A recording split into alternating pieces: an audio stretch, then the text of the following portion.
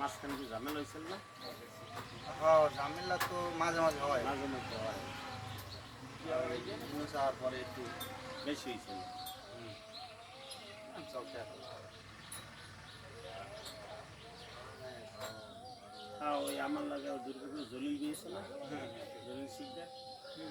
হ্যাঁ এগুলো লাগে আবার বেড়াই যান ভাই না